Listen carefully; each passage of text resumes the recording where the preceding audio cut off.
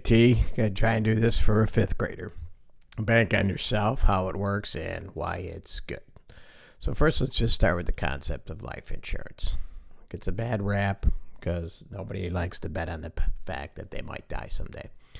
But if you do die, the money that is in your life insurance policy gets distributed to the people you love, your beneficiaries, who you declare you can change them at any time. So, for example, if you have a $100,000 life insurance policy and you die, your beneficiary gets $100,000. You could split that up. You can give it to the same person. It doesn't matter. But that's what happens with the standard life insurance policy. The other way people invest their money is in the stock market. So you invest a certain amount of money. The value can go up. It can go down. When you need your money, it could be way up. When you need your money, it could be way down. If you're really smart and buy Apple stock, good for you. You've done a nice job. If you put $100 in Apple stock in 2002, it'd be worth about $13,000. Pretty good investment. The problem with that is, number one, it's not guaranteed. So Apple stock could go up, could go down. It's done both. The other problem with the stock market, not that your money shouldn't be in there, some of your money, but is once you sell a stock, you're done. You're out. So in the example above, if you were doing Apple stock and put $100 in, and in 2010, you wanted to take a trip, you wanted to buy a new car, you had an emergency, a financial emergency. So you sold and maybe it was worth $5,000. You spent that $5,000, you cashed Apple stock. It was gone. You no longer had that Apple stock, and therefore you missed out on all those potential future gains. That's where bank on yourself is a little bit different. So here's the policy that you're looking at. You're going to have $30,000 invested. That creates a $215,000 death benefit. So worst case, if you leave us, Tommy, there's $250,000. $215,000 would go to your beneficiaries. But that is really beside the point. That's not why I'm suggesting you do this bank on yourself policy. If you do nothing to this policy other than just accept the gift, take the physical that you have to take, and don't look at this thing for 20 years, it will be worth $58,000 guaranteed, so almost doubling in value. So when you're roughly 45 years old, you'll have $58,000 sitting in this quote-unquote bank.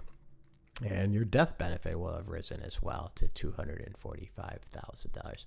So that's okay. It's a nice gift. It's doubled in 20 years, which is a little slow compared to maybe what some investments in the stock market can do. That's true, but it's guaranteed. So it's going to be worth that much money.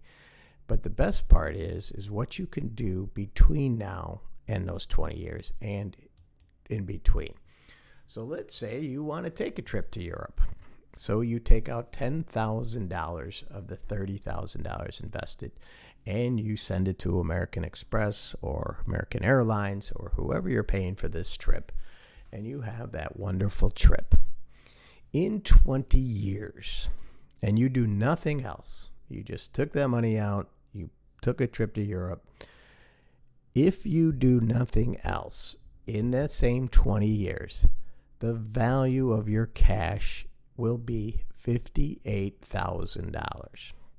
Once again, you take out $10,000 for a trip, you don't do anything, and your money grows to $58,000. Your death benefit is, however, impacted by that debt that exists of $10,000. So if you're wondering where that $10,000 went, so if you were to die within a 20-year span, the $245,000 death benefit would be reduced by the $10,000 you still owe on a loan you gave to yourself. Once again, the loan you gave to yourself. So now the death benefit is simply at $235,000. However, you can pay that $10,000 back at your own pace. So you get a big check, a big bonus. For 20,000, you take 10,000, pay this loan back. So now you've got that money back in the bank, and you can loan it to yourself again and again and again. You can put more money into this account, and thus you'll have more to bank on. You'll have more money by which you can take loans on. So that's where it gets a little tricky. So for example, when you took out this $10,000 loan, you only had $20,000 left by which you could tap that.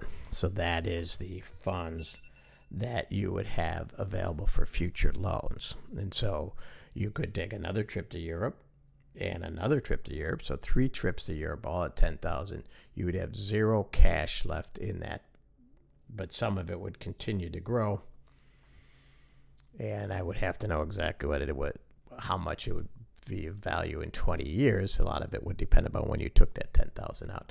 But if you kept reimbursing that 10,000, you would have yourself a pretty nice trip to Europe 3 times and still have money in the bank.